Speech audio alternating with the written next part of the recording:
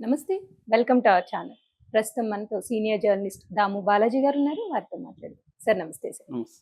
'Pushpa 2' collections గురించి మాట్లాడాల్సొస్తే ముందేమో చాలా హైప్ క్రియేట్ చేశారు సార్. తర్వాత ఇప్పుడు కలెక్షన్స్ పడిపోయాయని నిన్న మళ్ళా న్యూస్ వైరల్ అవుతూ ఉంది. సో నిజంగానే కలెక్షన్స్ పడిపోయాయా? అసలు దానికి కారణాలేంటి? కలెక్షన్స్ అంత సడెన్‌గా పడిపోవడానికి? అలాగే ఫస్ట్ హైప్ క్రియేట్ చేసింది అది నిజంగా కలెక్షన్సేనా? లేకపోతే అవేమన్నా దొంగ ఇది చూపిచ్చారా? అంటే క్రేజ్ కోసం అని చెప్పి లేనిది ఉన్నట్టు చూపిచ్చారా? ఫస్ట్ డే వాళ్ళ 'మైత్రి మూవీ మేకర్స్' వాళ్ళ హ్మ్.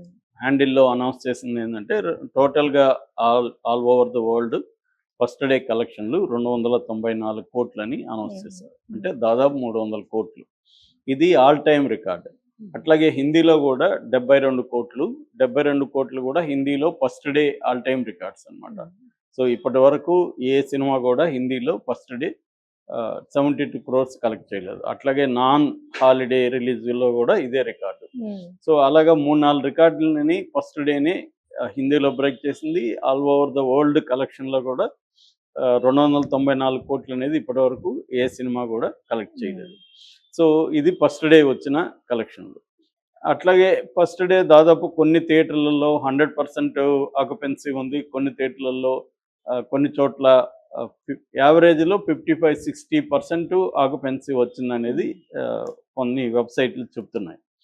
అయితే నిన్న ఫ్రైడేకొచ్చేసరికి కలెక్షన్‌లు తీవ్రంగా డౌన్ అయిపోయినాయి. దాదాపు 90 కోట్లు మాత్రమే అని చెప్తున్నారు.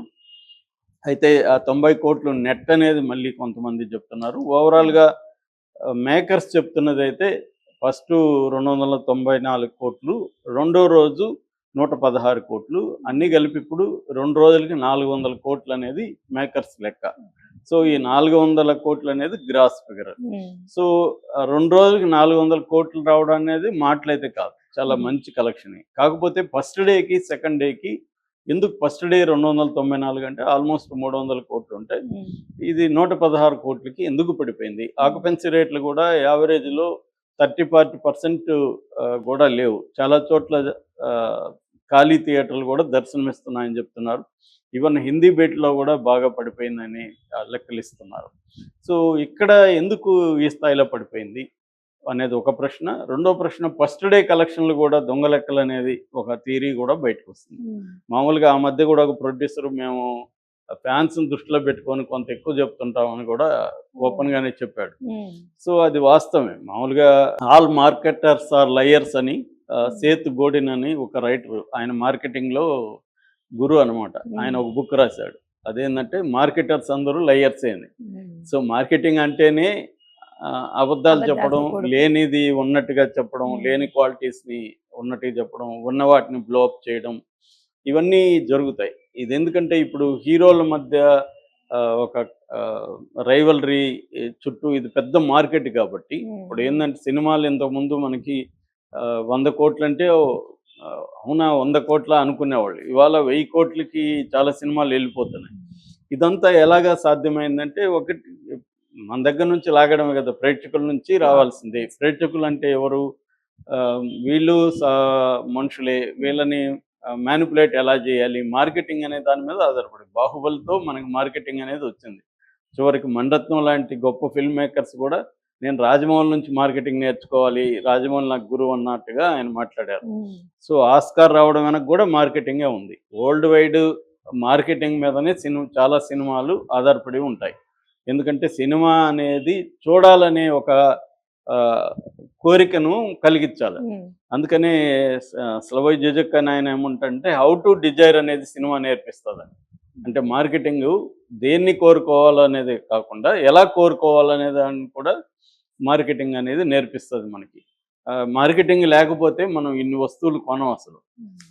మనల్ని అది టెంప్ట్ చేస్తుంది కదా, మార్కెట్ అంటేనే టెంప్ట్ చేస్తుంది. ఈ టీవీ కొందామనో లేకపోతే ఇది కొందామనో, ఆ పబ్లిసిటీ అడ్వర్టైజ్మెంట్ లేకపోతే మనకు ఏదో అవసరమో అది పోయి కొంటాం. కానీ మనం అక్కడికి పోయినాక చూస్తే అన్నీ చాలా బాగుంటుంది, ఇది కొందాం అనిపిస్తుంది. మనం ఒకటి కొందాం అనుకొని ఎక్కువ కొనేసి వచ్చిన సందర్భాల్లో ఎక్కువ ఉంటాయి షాపింగ్కి. ఎందుకంటే whole idea to seduce the consumers, seduce the people to buy what they don't need.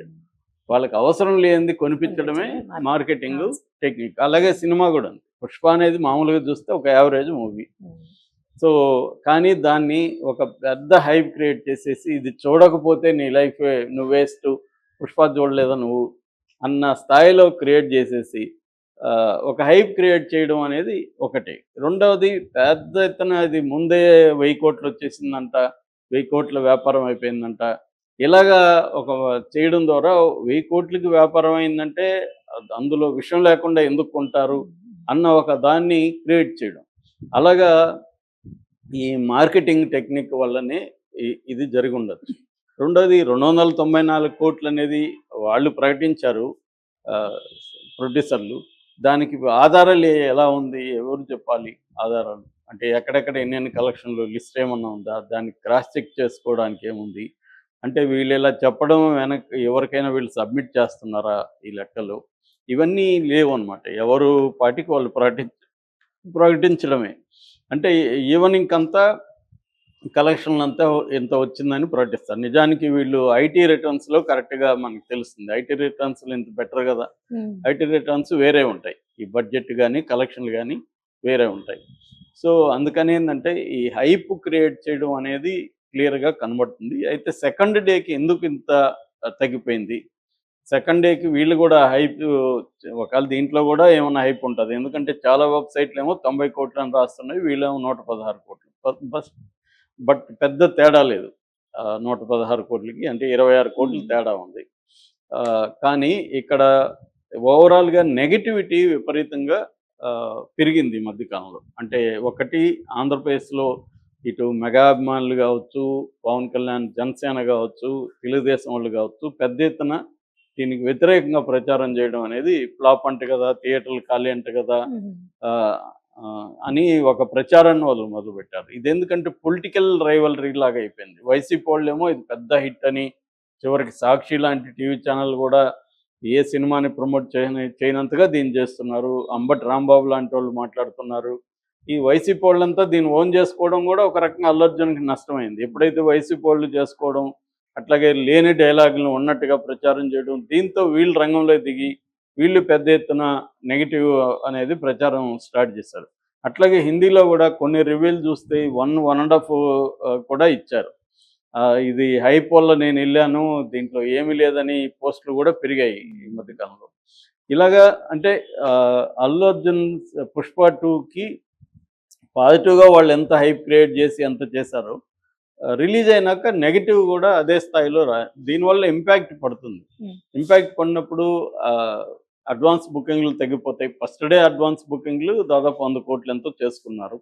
ఆ తర్వాత అడ్వాన్స్ బుకింగ్‌లు తగ్గిపోతాయి. చాలామంది ఇంకోటేందంటే మన వాళ్ళు ఫస్ట్ డే తర్వాత సినిమా సస్టైన్ అవ్వాలంటే మౌత్ టాక్ వెరీ ఇంపార్టెంట్. మనం ఎవరికైనా మనం చూడాలనుకునే వాళ్ళు సెకండ్ టైం ఎవరినో ఒకరిని అడుగుతాం పోయిన వాళ్ళని, లేదా ఫేస్‌బుక్‌లోనో ఇంకో చోట పోస్టులు చూస్తాం. రివ్యూల మీద కూడా ఇవాళ చాలామందికి డౌటే. ఎందుకంటే రివ్యూవర్స్ చాలామంది అమ్ముడుపోతారు, డబ్బులిచ్చి మేనేజ్ చేస్తారు. ఈ మార్కెటింగ్ జనాలకు కూడా అర్థమైపోతుంది. సో, ఆ ట్రాప్‌లో పడేవాళ్ళు కొంతమంది ఉంటే, ట్రాప్‌లో పడకుండా ఎందుకంటే డబ్బులు ఖర్చు పెట్టాలి. ఇదేం నెసెసిటీ కాదు. ఈరోజు సినిమా చూడకపోతే ఏం కొంపలు మునిగిపోవు. రూ. 1000 ఒక ఫ్యామిలీకి 1000, 2000 మిగులుతాయి. సో, ఇవన్నీ ఆలోచించుకొని మనం మళ్ళీ సంక్రాంతి దగ్గరలోనే ఉంది. సంక్రాంతికి ఒక 3 సినిమాలు రిలీజ్ అవుతున్నాయి. సో, దానికెళ్ళాలి. ఇవన్నీ బడ్జెటింగ్ అనేది వెరీ ఇంపార్టెంట్. సో, ఇలాగ అనేక ఫ్యాక్టర్స్ అనేవి దీనికి పనిచేస్తున్నట్టుగా తెలుస్తుంది సెకండ్‌కి.